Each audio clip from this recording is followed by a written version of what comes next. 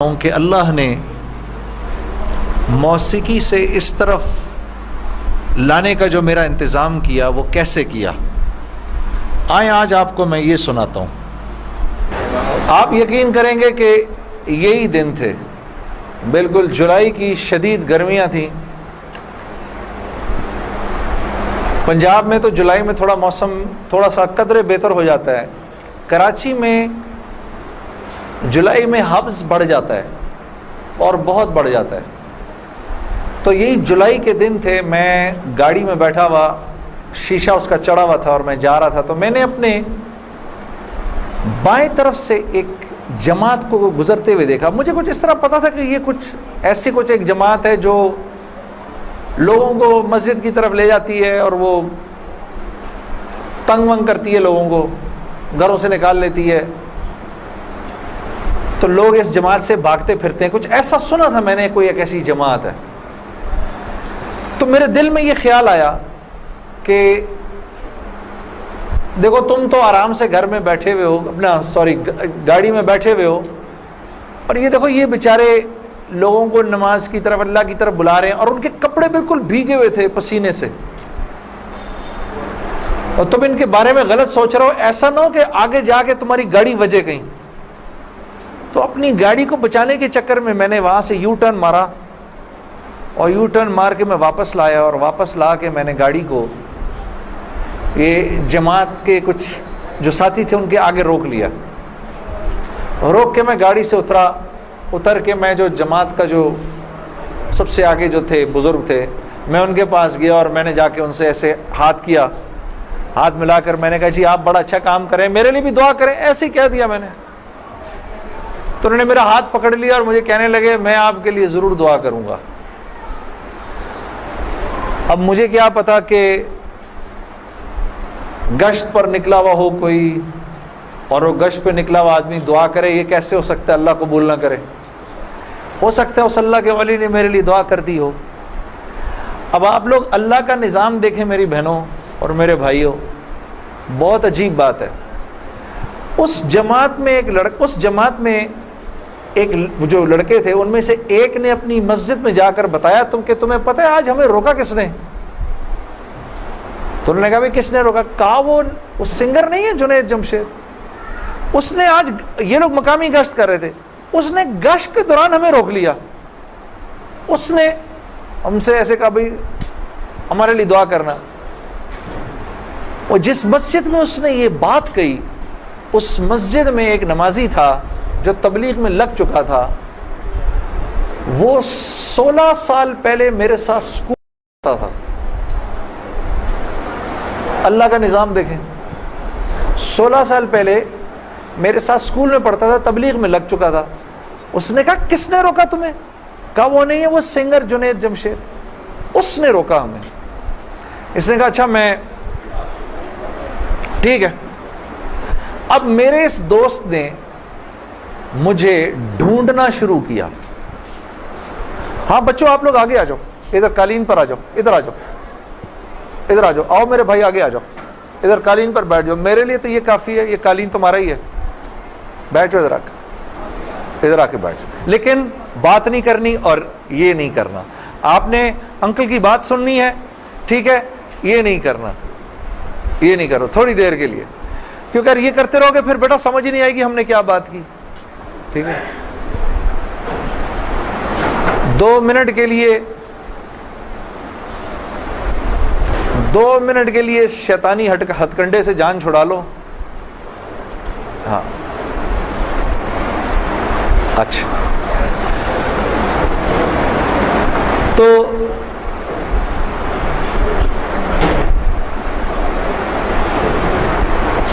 خیر میرے اس دوست نے مجھے ڈھونڈنا شروع کیا، اور اس واقعے کی کوئی تقریباً 1-1.5 مہینے بعد اس نے مجھے ڈھونڈ لیا۔ اور ایک دن جی میرے گھر فون آتا ہے، جنید، اب میں نے جب مجھے پہچانا، اس نے بولا جنید مجھے پہچانا، آپ یقین کریں گے میں 16 سال بعد اس کی آواز سن رہا تھا، میں پہچان گیا۔ میں نے کہا جنید بول رہے ہو؟ ہنسنے لگا، تو مجھے پہچان گیا؟ میں نے کہا میں بالکل پہچان گیا، تو اتنا تو شرارتی لڑکا تھا تو کلاس کے اندر. اور میں نے کہا کیونکہ ہم دونوں کے نام ایک تھے تو تیرے چکر میں بھی بدنام رہتا تھا. ہنسنے لگا، یار کمال ہے تو نے مجھے پہچان لیا. میں نے کہا ہاں میں نے پہچان لیا، میں نے تیرے سے ملنا ہے. میں نے کہا کیوں؟ کہتا ہے بس ایسے ہی، وجہ کوئی نہیں ہے. میں نے کہا یار اچھا ہماری زندگی ایسی تھی، شوبز کی زندگی تھی ہماری، کہ ہمارا دل ملنے کو نہیں کرتا تھا کسی سے. یعنی ہم نے مینیجر رکھے ہوتے تھے جو ہمیں صرف لوگوں سے دور رکھتے تھے. ان کا کام تھا لوگوں سے بات کرنا، لوگوں سے ڈیل کرنا، ہم تک کوئی نہ پہنچے بس. یہاں تک کہ آپ حیران ہوں گے اگر میں آپ کو بتاؤں، یہ بڑی ایک افسوسناک بات ہے کہ ہمارے اپنے گھر والوں کا ہماری زندگی میں رول کم ہوتا تھا، ان مینیجرز کا رول زیادہ ہوتا تھا. آپ نے گھر کب جانا ہے، بچوں سے کب ملنا ہے، یہ تک ان مینیجروں کے ہاتھ میں ہوتا تھا. تو اب کوئی مجھے فون کرے کہ میں نے تم سے ملنا ہے، یہ تھوڑی کہ میں فوراً مل لوں گا اس سے. اب پتہ نہیں اللہ جانے اس نے کیوں ملنا ہے، میرا وقت ضائع کرے گا کیا ہے. تو میں نے جنید غنی سے کہا کہ یار بغیر وجہ کے کیوں ملنا ہے تم نے، بس ایسے ہی. میں نے کہا انشاءاللہ دیکھو پھر چلو اللہ نے کبھی موقع دیا تو ملیں گے. کڑک میں نے فون بند کر دیا. ہمیں تو عادت تھی فون بند کرنے کی. اگلے دن پھر فون آ گیا اس کا. میں نے بولا کیا کام ہے؟ کام کوئی نہیں، ملنا ہے. کیوں؟ یار کوئی وجہ نہیں، مل لیتے ہیں. میں نے کہا یار وقت نہیں ہے، فون پہ بات کر لو. نہیں فون پہ کام کوئی نہیں ہے. کڑک فون پر. ایک دفعہ ہوا، دو دفعہ، اب اس کا میں ہیلو سنتا تھا فون بند کر دیتا تھا. یہ سلسلہ 1-2 مہینے تک چلتا رہا، یہاں تک کہ جنید غنی کو میرے گھر کے نوکروں کے نام یاد ہو گئے، فون اٹھانے والوں کے نام یاد ہو گئے، سب کچھ یاد ہو گیا. اس کو سب پتا ہوتا تھا میں کب پاکستان میں ہوں، کب نہیں ہوں، کب کہاں ہوں، سب. ایک دن اس کا فون آیا تو جب میں نے فون رکھنے لگا مجھ سے کہتے دیکھ میں تجھے اللہ کا واسطہ دیتا ہوں، میری 1 منٹ کی بات سن لے. میں نے بولا بولو. میں ابھی عمرہ کر کے آیا ہوں تو میں مدینے اور مکے کی کھجوریں اور زمزم اور یہ کچھ چیزیں لے کر آیا ہوں، یہ لے لے میرے سے، پھر اس کے بعد میں چلا جاؤں گا. کتنی دیر کے لیے آؤ گے تم؟ 5 منٹ کے لیے. میں نے کہا ہاں 5 منٹ. جنید غنی یاد رکھنا 5 منٹ. 5 منٹ. دوپہر کو مجھے یاد ہے 3:30 بجے ابھی تک پلاننگ ہوئی. جنید غنی صاحب آئے. اب میں نے جب جنید غنی کو دیکھا تو میرا تو دماغ ہی چکرا گیا. کیا دیکھتا ہوں، سفید لباس جیسے مولوی صاحب نے پہنا ہوا ہے، سر پہ پگڑی، اتنی بڑی داڑھی، اوپر واسکٹ پہنی ہوئی اس نے، پائنچے اس کے اوپر. میں نے کہا جنید غنی یہ تجھے کیا ہو گیا؟ کہتا ہے مجھے کیا ہو گیا؟ میں کیا کہوں تجھے کیا ہو گیا؟ میں نے کہا یہ تیرا حال تیرے جیسا ہے شیطان، یہ اتنا بڑا بزرگ بنا ہوا. آؤ بیٹھو میرے پاس. آیا میرے پاس بیٹھا. اس نے مجھے کھجوریں دیں، زمزم دی، جانماز دی، اور پورے 5 منٹ میں کہتا ہے میرے 5 منٹ پورے ہوئے، اب میں چلتا ہوں. میں نے کہا نہیں اب بیٹھ جاؤ، بیٹھ جاؤ، مجھے بتاؤ یہ سب کیا ہے. پھر مجھے کہنے لگا چل چھوڑ اس کو یار، اسکول کی بات کرتے ہیں. میں نے کہا اسکول چھوڑو، مجھے بتاؤ یہ کیا ہے، یہ کنہوں نے تمہارا حال کیا؟ یہ مجھ سے کہنے لگا مل لو ان سے. میں نے کہا ہاں میں نے ان سے ملنا ہے، میں نے ان سے ملنا ہے. آپ سوچو کوئی آدمی تبلیغ والوں کے چنگل میں پھنس جائے، ہاں. تو مجھ سے کہتا ہے کل سے ہمارا اجتماع شروع ہو رہا ہے، میرے ساتھ اجتماع پر چلو. میں نے کہا میں چلوں گا. تو میں کل تمہیں پک کرنے آؤں گا، صبح کے وقت پک کرنے آؤں گا. آپ یقین کرو 5 منٹ کے لیے آیا تھا، 3.5 گھنٹے میں نے بٹھا کے رکھا اس کو اپنے پاس. میں اس سے باتیں سنتا رہا، جنید غنی کیا، پھر کیا ہوا، پھر کیا ہوا، پھر کیا ہوا، کیا ہوا، کیا ہوا. آخر میں نے کہا میں تمہارے ساتھ اجتماع پر چلوں گا. خیر جی میں تیار ہو گیا. میں نے اپنی نئی صاف ستھری جینز نکالی، اپنی میں نے ٹی شرٹ نکالی، لمبے لمبے میرے بال تھے. ہاں میں تیار ہو گیا جس طرح میرا خیال تھا بہترین طریقے کا تیار ہونے کا, میں ہو گیا تیار. اب جب میں وہاں پہنچا, اترا, میں نے جا کے اجتماع دیکھا تو میں نے دیکھا کہ ہر آدمی شلوار قمیض میں, ہر آدمی کے سر پہ ٹوپی. تو میں نے جنید غنی سے کہا, جنید غنی سن, یہ مجھے کوئی مار وار تو نہیں دے گا ادھر ہے, کو میرا کو قتل وتل تو نہیں ہو جائے گا میرا؟ کہتا نہیں, ہم لوگ مارنے والی پارٹی نہیں, ہم لوگ کھلانے والی پارٹی ہیں. میں نے کہا اچھا لے جاؤ مجھے اندر. پھر اب میں اندر جانا شروع ہوا اجتماع گاہ میں, تو میں نے دیکھا کہ لوگ ایک دم اکٹھے ہونا شروع ہو گئے. پیچھے سے مجھے آوازیں آئیں, ارے یار یہ تو جنید جمشید ہے یار. کو دو چار آوازیں آئیں, ابھی یہ ادھر کیا کر رہا ہے؟ تو مجھے یہ بات بری بھی لگی ہلکی سی, کیا مطلب بھائی کہ تم بہت بڑے مسلمان ہو, میں نہیں آ سکتا کیا؟ خیر میں اندر گیا, اندر جا کر بیٹھا تو میں نے دیکھا ایک مجمع سب پہنچ گیا ملنے کے لیے, دیکھنے کے لیے جو بھی. جنید غنی نے مجھے بٹھایا, تم ادھر ہی بیٹھو یہیں پر, اور میں ابھی ایک صاحب کو لے کر آتا ہوں. خیر یہ مجھے بٹھا کر چلا گیا. اتنی دیر میں ایک نوجوان لڑکا, یہ جیسے بھائی لوگ بیٹھے ہیں اپنے, 18-19 سال کا, یہاں سے بیچ میں سے راستہ توڑ کے میرے پاس آ گیا. مجھے آ کر کہتا ہے, جنید بھائی نماز پڑھتے ہیں آپ؟ تو میں اس کو ایسے دیکھنا شروع ہو گیا. اب میں نے کہا کیا جواب دوں میں اس کو, ہاں بولوں کہ نہیں بولوں, سچ بولوں کہ جھوٹ بولوں؟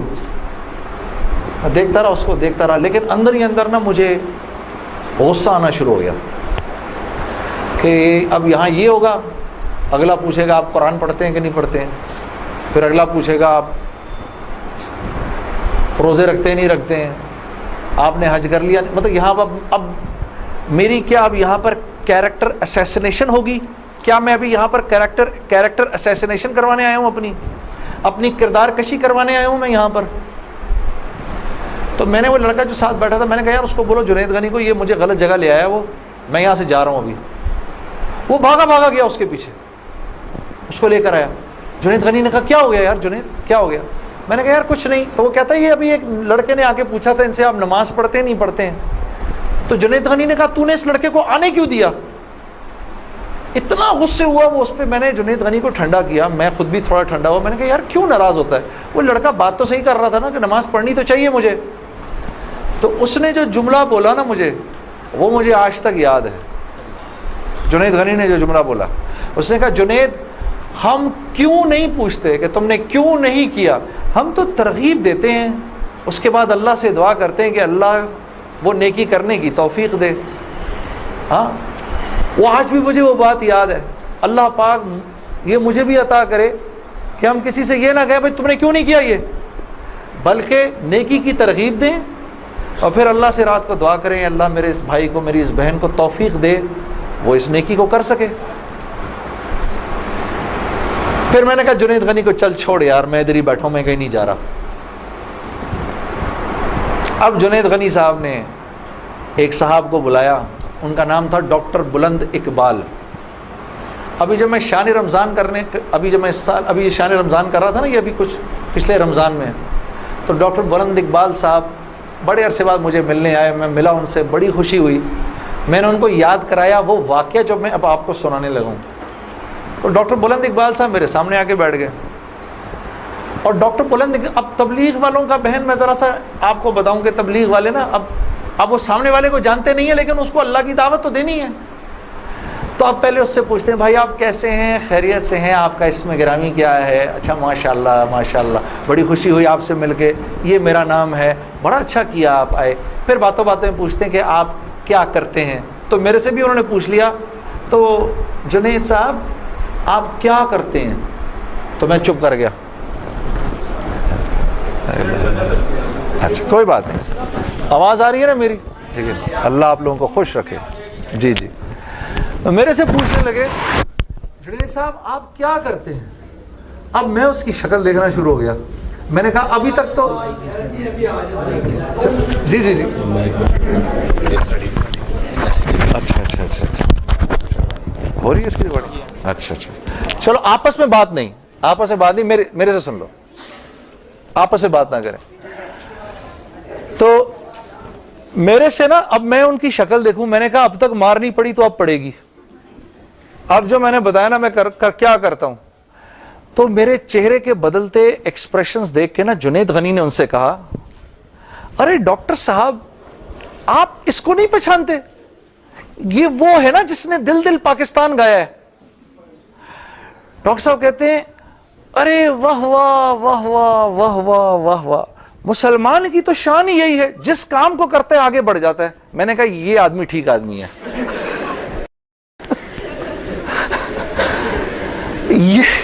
یہ بالکل ٹھیک آدمی ہے، اس سے کرو دوستی. تو بعد میں میں نے ڈاکٹر صاحب سے کہا ڈاکٹر صاحب یہ جواب آپ کہاں سے لائے اتنا خوبصورت سا؟ تو مجھے کہنے لگے یار میں نہ تجھے جانتا نہ مجھے یہ پتا دل دل پاکستان کیا. تو جب اس نے بولا نا کہ اس نے دل دل پاکستان گایا تو میں نے کہا واہ واہ واہ واہ، اور میں دل میں دعا کروں یا اللہ جلدی سے صحیح جواب میرے ذہن میں ڈال، جلدی سے صحیح بات ڈال میرے ذہن میں.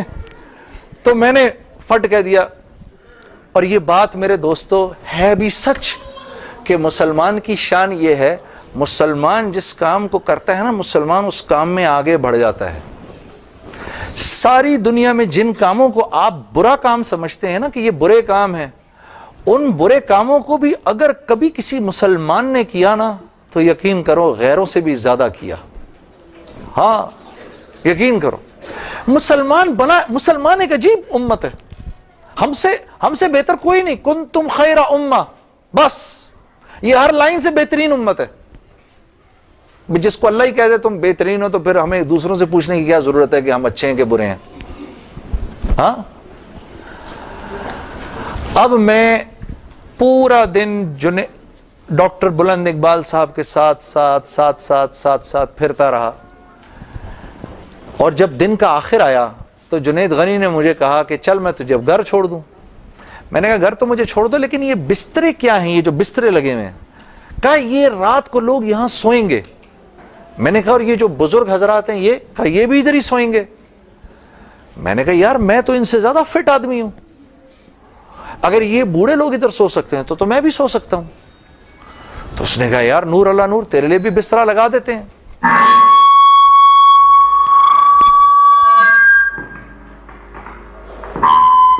جی اب ٹھیک ہے. تو مجھے کہنے لگا تیرے لیے بھی بسترا لگا دیتے ہیں. میں بھی سو گیا ادھر ہی اس رات کو. وہ شاید زندگی کی پہلی دفعہ زندگی میں رات کو تہجد کی نماز پڑھی، اٹھا دیا اس نے بیچ میں. تو ایک دن گزرا، دوسرا دن گزرا، تیسرے دن مولوی طارق جمیل صاحب کا بیان تھا. اب مجھے تو نہیں پتا یہ کون ہے. ہاں جب مولوی صاحب نے بیان کیا تو میں نے جنید غنی سے کہا یار بڑے اچھے اچھے بیان تھے یہ سارے تیرے بزرگ، یہ کون آدمی ہے؟ کہنے لگا یار یہ ہیں ہمارے ایک مولانا. میں نے کہا یار میں نے ان سے ملنا ہے. کہتا یار ان سے نہیں مل سکتا کوئی. میں نے کہا بھائی میں اس ملک کے صدر سے بھی مل سکتا ہوں اور اس ملک کے پرائم منسٹر سے بھی مل سکتا ہوں، یہ مولوی سے ملنا کیا مشکل ہے؟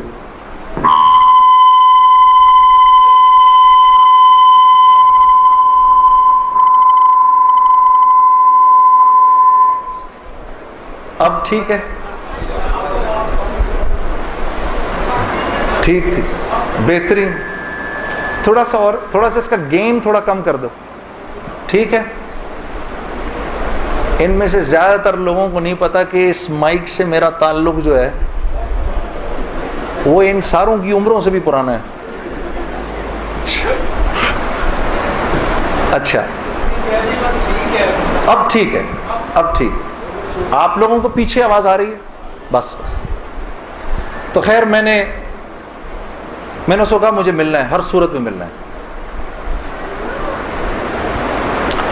کہنے لگا یار کس طرح کریں گے، چل میں تجھے لے کے چلتا ہوں. خیر جی ہم پورے مجمع میں سے نکلے دونوں، کرتے وہ پیچھے حضرات کے ٹینٹس لگے ہوئے تھے. کرنگی میں ہوا تھا یہ کراچی کا اجتماع.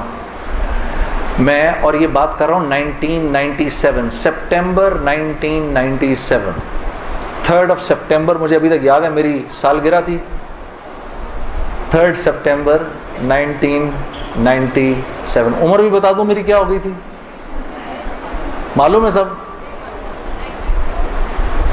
آپ کو, سب کو پتہ چلے گا. 50 سال کا تو ہو ہی گیا ہوں نا میں. اب کیا ڈرنا, جو 50 سال کا بندہ ہو جائے وہ کیا عمر چھپایا اپنے.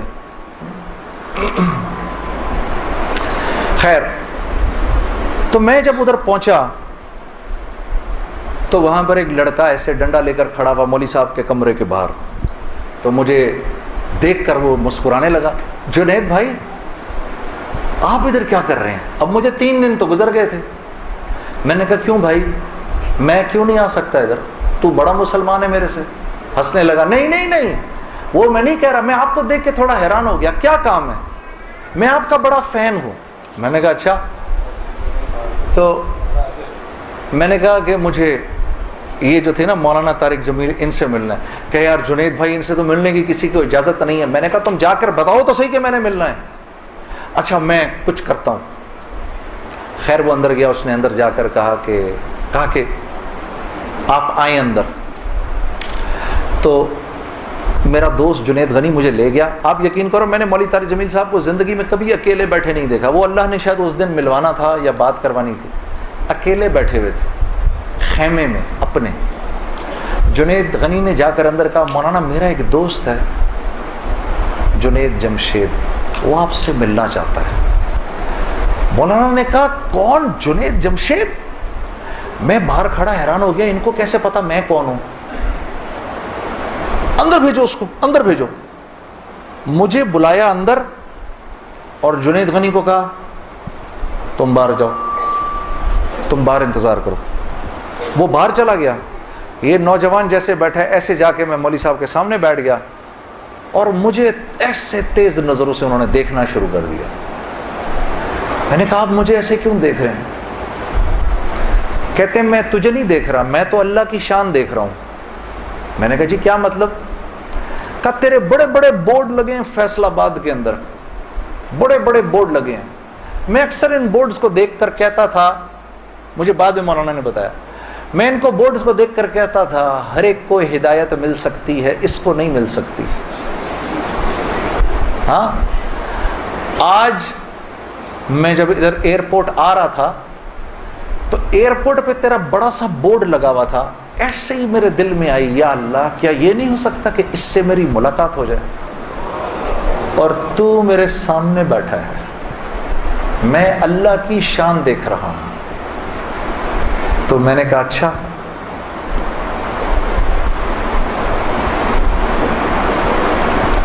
کہنے لگے دل دل پاکستان تو نے گایا ہے. میں نے کہا جی. میں نے کہا آپ نے سنا ہے؟ کہا نہیں سنا تو نہیں, بسوں کے پیچھے لکھا دیکھا ہے. میں نے کہا چلو یہ کسی یوں پہنچا نہ پہنچا, آئے تو صحیح برسر الزام ہی آئے. ہاں ہوٹوں پہ کبھی ان کے میرا نام ہی آئے, آئے تو صحیح برسر الزام ہی آئے. میں نے کہا چلو یوں نہیں تو یوں سے, تعارف یوں نہیں ہوا تو یوں ہو گیا, بسوں کے پیچھے تو لکھا دیکھ لیا. کوئی نہیں کوئی نہیں, ادھر سنو. اور یہ ہمارے ملک کی سوغات ہے, اس پہ گھبرانا نہیں چاہیے یار. ایسے ہو جاتے ہیں ہائے یہ کیا, ارے یار کیا ہو گیا, بجلی چلی گئی نا, آ گئی. یہ تو ہمارے ملک کی سوغات ہے, اس پہ گھبرانا نہیں چاہیے. ہاں اس پہ اس لیے نہیں گھبراؤ, آپ نہیں گھبراؤ گے نا تو غیر بھی نہیں گھبرائیں گے. جب آپ گھبرا جاتے تو غیر بھی کہتے ہیں ہاں یار کوئی عجیب سی بات ہو گئی ہے. تو ہاں ان کو بھی بولو یوز ٹو ہو جاؤ بھائی, ہم لوگ مل بانٹ کے کھانے والے ہیں, کبھی آپ کے گھر نہیں تو کبھی ان کے گھر نہیں, ہاں کبھی میرے گھر تو کبھی آپ کے گھر. تو اس پہ گھبرانا نہیں چاہیے. خیر, تو میں نے مولوی صاحب سے کہا مولانا میرا ایک سوال ہے. ایک پاکستانی نوجوان میری عمر کا, جس نام شہرت کا تصور بھی نہیں کر سکتا، وہ سب کا سب میرے پاس موجود ہے، لیکن میں اندر سے خالی ہوں۔ لوگ اس بات کو نہیں جانتے، لوگ سمجھتے ہیں کہ میں بہت خوش ہوں، لیکن میں اندر سے بہت پریشان ہوں، بہت اضطراب ہے، اور اس کی وجہ مجھے سمجھ نہیں آتی۔ فرمانے لگے تیرا مسئلہ یہ ہے کہ تجھے چوٹ لگی ہے سیدھے گھٹنے پر اور تو مرم لگا رہا ہے الٹے گھٹنے پر۔ میں نے کہا جی وہ کیسے؟ فرمانے لگے دیکھو اللہ نے انسان کو دو چیزوں سے بنایا ہے، ایک مٹی سے بنایا ہے، ایک جسم سے بنایا ہے جو کہ مٹی کا بنا ہوا ہے، اور ایک روح ہے جو اللہ کا امر ہے، ٹھیک؟ تو جسم کیونکہ مٹی کا ہے اس لیے اللہ نے اس کی ہر ضرورت کو مٹی میں رکھا ہے۔ جو کھانا ہم کھاتے ہیں، جو کپڑے ہم پہنتے ہیں، جو پانی ہم پیتے ہیں، جن گھروں میں ہم رہتے ہیں، جو چیزیں ہم استعمال کرتے ہیں، یہ سب جسم کی ضرورت کی چیزیں ہیں، اور کیونکہ جسم مٹی کا ہے تو اللہ نے ان تمام ضرورتوں کو مٹی میں رکھا ہے۔ روح اللہ کا امر ہے، یہ آسمانوں سے آئی ہے تو اس کی خوراک بھی آسمانوں پر ہے، زمین میں نہیں ہے۔ پھر فرمانے لگے اگر میں تم کو سونے کے ایک محل میں بند کر دوں اور 4 دن کھانے کو نہ دوں تم کیا کرو گے؟ میں نے کہا ظاہر سی بات ہے میں چیخوں گا کہ مجھے کچھ کھانے کو دو۔ کہا بس یہی حال تیری روح کا ہے کہ تیرا جسم اچھے اچھے کپڑے پہنتا ہے، بڑی بڑی گاڑیاں چلاتا ہے، اچھے اچھے محلوں میں رہتا ہے، اور تو اپنے آپ کو سیٹسفائی کرنا چاہتا ہے، لیکن اندر تیری روح جو ہے وہ بھوکی ہو کے جب چیختی ہے تو تیرے سر میں درد ہوتا ہے، تو اس روح کی بھوک کا بھی تو علاج کر۔ تو میں نے کہا اس کی خوراک کہاں ہے؟ کہا یہ آسمانوں سے آئی ہے تو اس کی خوراک بھی آسمانوں پر ہے، زمین میں نہیں ہے۔ اور دل کے سکون، چین اور اطمینان کا تعلق اس مٹی کے بنے ہوئے جسم سے نہیں ہے بلکہ اس آسمان سے آئی ہوئی روح سے ہے۔ تو میں نے کہا اس کی غذا کیا ہے؟ فرمانے لگے اس کی غذا اللہ کا کلام ہے، اللہ کے حکم ہے، اس کی غذا نبی کی زندگی ہے، نبی کے طریقے ہیں، نبی کی سنت ہے۔ وہ جب تک اس کو ملیں گے نہیں یہ بھوکی رہے گی، اور جب یہ بھوک کر چیخے گی تو پھر تم تو مسلمان ہو، تمہیں تو پتہ ہے، غیروں کو تو پتہ نہیں، وہ دماغ کی اس چیخ کو سلانے کے لیے کبھی شراب پیتے ہیں، کبھی نشے کرتے ہیں، لیکن یہ تو جب تک روح بھوکی ہے اس وقت تک اندر سے تم مضطرب رہو گے، سکون چین نہیں ملے گا۔ اور پھر قرآن کی وہ آیت پڑھی مجھے آج بھی یاد ہے، الا بذکر اللہ تطمئن القلوب، کہ اللہ پاک چیلنج دے رہے ہیں سب کو کہ اگر دل کا سکون، چین اور اطمینان چاہیے میرے بندو، مالداروں، حکومت والوں، دولت والوں، شہرت والوں، اگر تمہیں دل کا سکون، چین، اطمینان چاہیے تو تمہیں مجھ سے تعلق بنانا پڑے گا، مجھ سے یاری لگانی پڑے گی۔ مولانا کی یہ بات سن کر میں تو پہلے ہی پریشان تھا، 3 دن سے بیان سن رہا تھا، میں تو دھاڑے مار کے رونا شروع ہو گیا، روتا رہا بڑے دیر تک۔ پھر جب مجھے تھوڑا سا چین آیا تو میں نے کہا مولوی صاحب اس کا مطلب کیا ہے، میری پوری زندگی برباد ہو گئی؟ تو فرمایا نہیں، بالکل بھی نہیں، کہ یہ معاملہ تم دنیا والوں سے تھوڑی کر رہے ہو، یہ معاملہ تم تو اللہ سے کر رہے ہو۔ اور اللہ کے ہاں معاملہ کیا ہے؟ اللہ کے ہاں معاملہ کیا ہے کہ ابھی انسان اللہ رب العزت سے معافی مانگنے کا ارادہ ہی کر رہا ہوتا ہے، دل میں ابھی خیال ہی آ رہا ہوتا ہے کہ اللہ رب العزت اگلے پچھلے معاف کر دیتے ہیں سارے۔ پھر مجھے فرمایا، یہ مجھے پھر بات سنائی، حدیث قدسی سنائی کہ میرے بندے تو یہ زمین و آسمان سارے کے سارے اگر اپنے گناہوں سے بھر دے، جو کہ تو بھر نہیں سکتا، اگر تمام جن و انس بھی مل جائیں تو بھر نہیں سکتا، لیکن اگر تو نے ایسا کر بھی دیا، ایک مرتبہ اگر تو نے کہا اے اللہ مجھے معاف کر دے، تو نہ صرف یہ کہ ہم تمہیں معاف کر دیں گے بلکہ تم ایسے ہو جاؤ گے جیسے تم نے ان گناہوں کو کیا ہی نہیں۔ میں تو بے یقینی کی حالت میں مولانا کو دیکھنے لگا، میں نے کہا مولوی صاحب واقعی؟ کہا ہاں۔ پھر پوچھنے لگے کیا ارادہ ہے؟ اب میرا ارادہ میوزک چھوڑنے کا تو نہیں تھا کہ میں نے کہا ادھر آؤ، وہ کیا کہ نمازیں بخشوانے آئے، کیا روزے گلے پڑ گئے؟ ہاں جی، میرا تو کوئی پروگرام نہیں تھا میوزک چھوڑنے کا، لیکن گناہ بھی بخشوانے تھے۔ تو پھر مجھے کہنے لگے توبہ کرو گے؟ میں نے کہا مولوی صاحب کس چیز سے؟ کہا اپنی اس پچھلی زندگی سے۔ میں سوچ میں پڑ گیا۔ اچھا میں نے کہا جی میں توبہ کرتا ہوں۔ میں نے توبہ کی، یا اللہ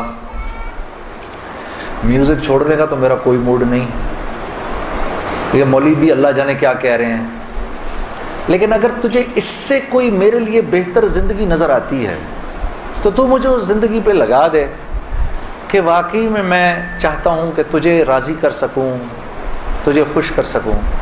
اے اللہ پچھلی پوری زندگی پر توبہ کرتا ہوں، اگلی زندگی تیرے حکموں پر چلنے کی کوشش کروں گا۔ اگر تو واقعی ایسا ہے جیسا یہ مولوی صاحب فرما رہے ہیں تو تو مجھے معاف کر دے۔ میں نے کہا توبہ کر لی۔ مولوی صاحب نے کہا اب کیسا محسوس کر رہے ہو؟ میں نے کہا جی بہت ہلکا۔ پھر میں نے کہا لیکن مولوی صاحب بات تو یہ ہے کہ اگر میرے پچھلے سارے معاف ہو گئے اور اس پر اللہ نے اگر جنت دی تو میری تو بہت ہی بڑی جنت ہوگی، آپ سے بھی بڑی۔ تو فرمانے لگے نہیں بیٹا اتنی جلدی نہ کرو، تمہیں وصول تو ہم ہی نے کیا ہے، جو تجھے ملے گا اس سے تو بڑا ہمیں ملے گا ہی ملے گا۔ ہاں لیکن میں نے کہا مولوی صاحب، اور بہنیں اس بات کی تصدیق کریں گی، موسیقی تو روح کی غذا ہے کہ نہیں؟ ہاں یہ سیالکوٹ کی خواتین یقین کرو پورے ملک کی پہلی بہنیں ہیں جو کہہ رہی ہیں نہیں، ورنہ اگر کسی نے نہیں بولا تو چپ ضرور رہی ہیں، سارے مردوں نے بولا ہے موسیقی روح کی غذا نہیں ہے۔ موسیقی روح کی غذا ہے جی؟ یہ دیکھو اب آواز آئی ہے، اب ایسا لگ رہا ہے کوئی بیٹھ کے سن رہا ہے جی۔ موسیقی روح کی غذا ہے جی؟ شاباش، اللہ آپ لوگوں کو اس پر چلا دے۔ اللہ رب العزت آپ کے موبائلوں میں جتنے بھی گانے ہیں سب اڑا دے اسی وقت، گھروں میں جتنی کیسٹیں ہیں سب ٹوٹ جائیں، اللہ کرے ساری سیڈیاں ٹوٹ جائیں، اللہ پاک ایسے کرے گانے کی آواز ہی نہ سننے کو ملے آج کے بعد آپ میں سے کسی کو۔ یہ سوچ لو آمین قبول ہو جائے گا، اب سوچ کے بولنا آمین۔ تو مولوی صاحب نے مجھے کہا کہ نہیں، موسیقی روح کی غذا نہیں ہے، موسیقی نفس کی غذا ہے۔ موسیقی کس کی غذا ہے؟ نفس کی۔ یہ واقعی نفس کی غذا ہے، اور یہ ایسا زہر ہے، ایسا زہر ہے،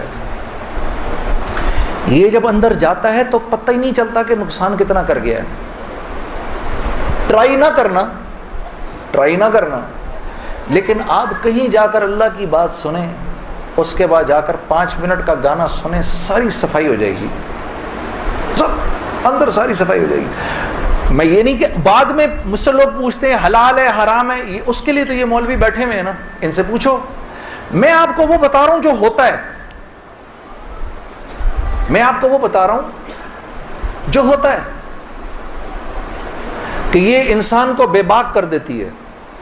مجھ سے کسی نے پوچھا میں اپنے ملک کے لیے گانا، میں کبھی اپنے ملک کے لیے گانا وہ ایک اور چیز ہے، میں ان گانوں کی بات کر رہا ہوں جن کو عام طور پہ لوگ سن رہے ہوتے ہیں بازاروں میں، ہاں، اور پھر کہتے ہیں اس کے سننے میں کیا ہے۔ ارے یار میں کیا بتاؤں آپ کو کیا ہے، خدا کی قسم اگر وہ زندگی اس زندگی سے بہتر ہوتی مجھے کیا تکلیف تھی۔ مجھے ایک ساتھی کہنے لگا اب تو آپ کے لیے اس زندگی کی طرف جانا بڑا مشکل ہے۔ میں نے کہا کوئی مشکل نہیں، گلا تو وہیں کا وہیں ہے، گا سکتے ہیں، لیکن اب اس زندگی کی طرف جانے سے بہتر لگتا ہے کہ میں آگ میں چھلانگ مار دوں، کہ وہ اس قدر خطرناک زندگی، وہ اتنی ایک، یقین کرو پوری، صرف گانا نہیں ہوتا، وہ ایک پوری زندگی ہے، وہ ایک پوری زندگی کا نام، جیسے یہ ایک پوری زندگی کا نام ہے نا، صرف دعوت کے 2 بول نہیں ہیں۔ ہاں میرے دوست مجھ سے لڑتے تھے، یار تو ادھر گانا گا ادھر جا کے اذان دے دے۔ ارے میں نے کہا نہیں ہوتا ایسے نہیں ہوتا بھائی، گانا گانے والے کو تو اذان کی آواز سے نعوذ باللہ نعوذ باللہ نعوذ باللہ کراہیت آتی ہے، کراہیت آتی ہے۔ مجھے یاد ہے ہم کانسرٹ کر رہے ہوتے تھے اور مغرب کی اذان اگر ہوتی تھی یقین کرو وہ، کیونکہ وہ تو دعوت کے بول ہیں نا، ادھر تو ایک غلط کام ہو رہا ہے نا، وہ تو دعوت کے بول ہیں. وہ دعوت کے بول جب ہمیں سنائی دیتے تھے تو وہ ہمارے سینے کو پھاڑ کے نکل جاتے تھے. ایسے تھوڑی ہوتا ہے. یہ کوئی کھیل مذاق ہے کیا؟ یا یہ کوئی ٹی وی کا پروگرام ہے کہ جس میں ایکٹنگ ہو رہی ہے کہ نہیں بھئی ادھر جا کر اذان دے دی، ادھر جا کے گانا گا دی، ادھر جا کے اذان دے دی. ایسے نہیں ہوتا. اور پھر اللہ کے نیکی کے کام کرنے کی تو اللہ کی طرف سے توفیق ملتی ہے میرے دوست.